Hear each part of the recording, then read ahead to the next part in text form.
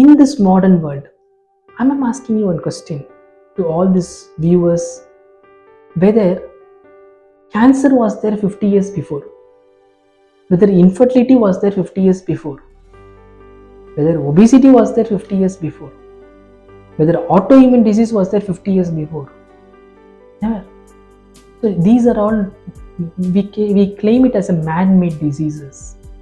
So these diseases are in the very new generation, and it is seen high numbers, and it is almost becoming a leading disease in the world. So what is happening? This modern Ayurveda, they are preparing the herbs like how they are followed in allopathic.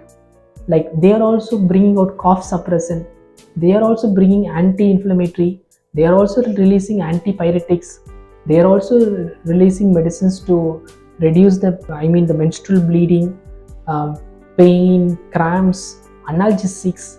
All the categories have come. So the Ayurveda itself is going in two forms of practice. My topic is exclusively for classical Ayurveda.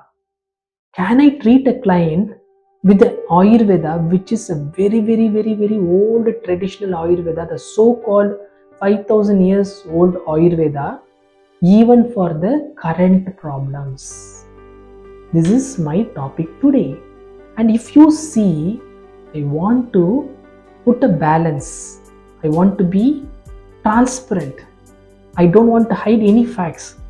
The reason behind myself giving this speech is, yesterday I had a conversation with one of my friend, a colleague doctor, and he asked me casually, you are being an allopathic doctor for 25 years in practice.